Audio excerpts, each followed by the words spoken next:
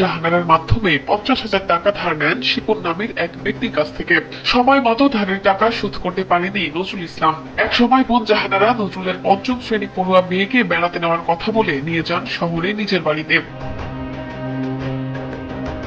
শহরে নিয়ে গিয়ে ভাতিজিকে 40 বছর বয়স্ক শিপন হাওলাদারের সঙ্গে জোরপূর্বক বিয়ে দেন জাহানারা। এরপর বাড়িতে চলে আসে শিশুটি। বাড়িতে এসে সে পরিবারকে জানায় বিয়ের কথা। পরবর্তীতে শিপন নজরুলের বাড়িতে যান মেয়েটিকে আনতে। মেয়েটি বুঝতে পেরে পাশের বাড়িতে পালিয়ে থাকায় শিপন একা ফিরে যায়। পরে আবার তিনি নজরুলের বাড়িতে যান মেয়েটিকে নিয়ে আসতে।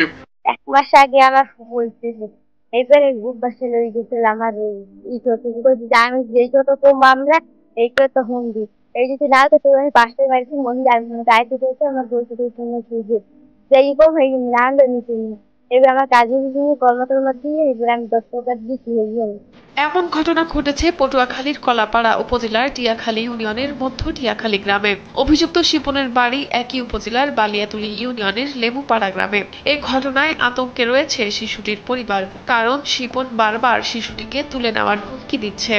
এইবারে আবার 3 দিন পর আবার নিজে শিপন আইছে আইছে বা কইতেছে মাইয়ে লইয়া আনতে আইছে মাইয়ার গাড়ি লইয়েছে গাড়ি ভরে লই দিন মাইয়া ইয়া অন্য হেঁটে আরেকবার পলাই দিতে যে আমি অমনে যাবো না আমার যদি যেতে চাও আমি আত্মহত্যা করবো আমি যাবো না। এবার আমি কইছি যে দল ওরা দিয়ে ওরাই বুঝতে পারবে না আমরা বিয়ে দিও না আমরা জানিও না কলাপাড়া নিয়ে কলমা দিছি। কলমা দেওয়ার পরে তারপর আমি বলছি ওনার পরে আমি বলছি যে আমার 13 বছর হয়ে আমি বিবাহ হয় না, এটা বাল্য বিবাহ হয়।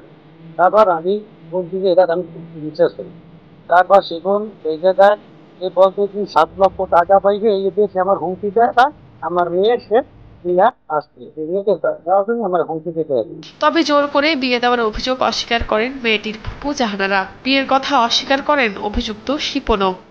টাকা দিতে পারে নাই দেখিয়া তার জামাই গিয়ার শাশুড়ি ওই যুক্তি করিয়া তখন এই দুর্ঘটনা ঘটাইতেছে।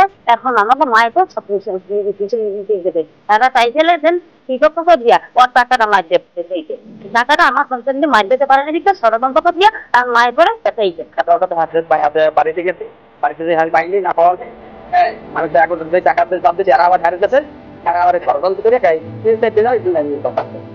উপজেলা নির্বাহী কর্মকর্তা রবিউল ইসলাম জানান, উপজেলা প্রশাসনের পক্ষ থেকে বাল্য বিয়ের বিরুদ্ধে অবশ্যই পদক্ষেপ নেওয়া হবে।